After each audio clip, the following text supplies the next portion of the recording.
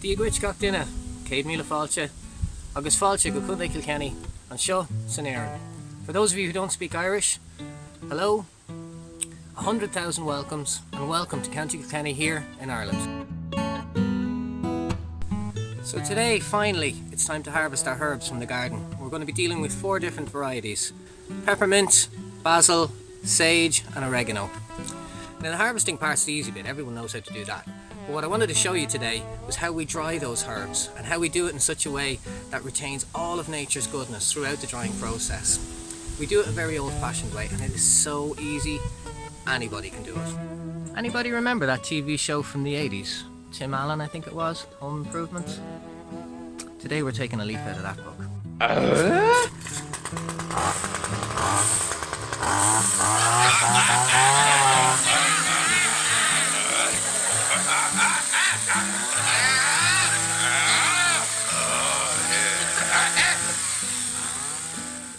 So now that the mint is out of the way, we're going to move on to basil, which is the next one. While we're at it, I wanted to have a quick word about intercropping and the benefits that we actually saw from intercropping this year. Now I don't know if you can make it out, but this is some basil here hiding amongst my chilies.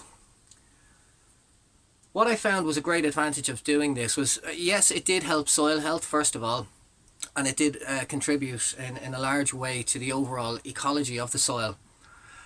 But the main benefit I found was actually from slugs and slug protection. Having the basil there as a lure for the slugs tended to keep them away from the chili peppers and anything else that was planted near them. So they kind of acted a bit like cannon fodder. Earlier on this year we had a massive slug problem, and I believe a lot of people did, particularly here in Ireland with the sort of damp weather. Thanks to basil and beer traps, our crops have survived, and now time to take them out.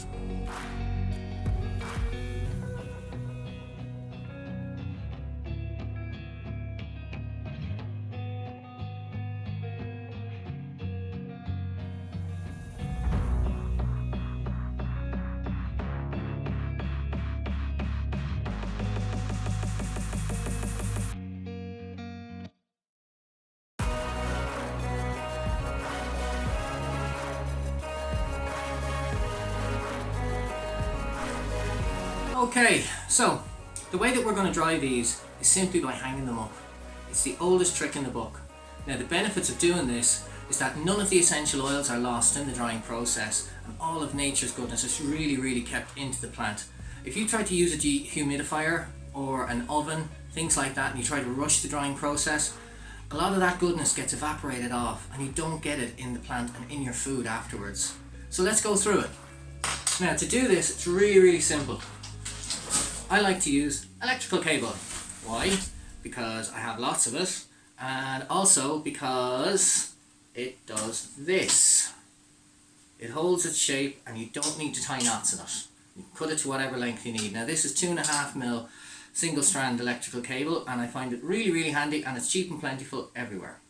So first things first, you want to get about 3 or 4 branches just together like that. Don't do too many because the air won't circulate well around them, and that's really what you're trying to get here. Get your electrical cable and just gently fold it around. Try not to crush anything. Don't try and wrap it too tight. Exactly like that. Get your pliers, cut it to the length you want.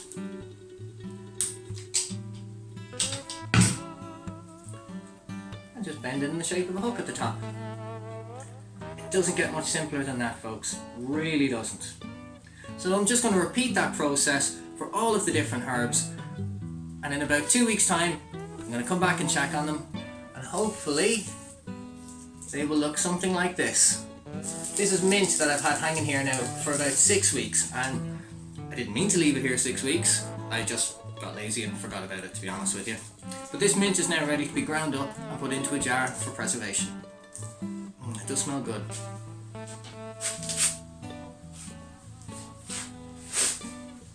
Just hang them up there like that.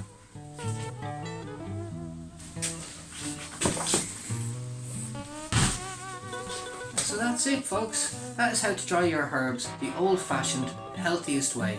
The herbs retain all of nature's goodness, nothing gets evaporated by forced heat or anything like that. And this is how we're going to do a whole year's worth, right here. So in about 3 weeks' time, I'm going to come back and check on all of this. But for the moment, I'm going to get it all done, get it hung, and I'll catch you guys in the next one. Thank you so much for joining me. I hope you're all doing well out there. Over the next few days, we'll have our massive carrot harvest and our massive potato harvest from our 50 metre squared bed. So hit that subscribe button and stay tuned for the reveal.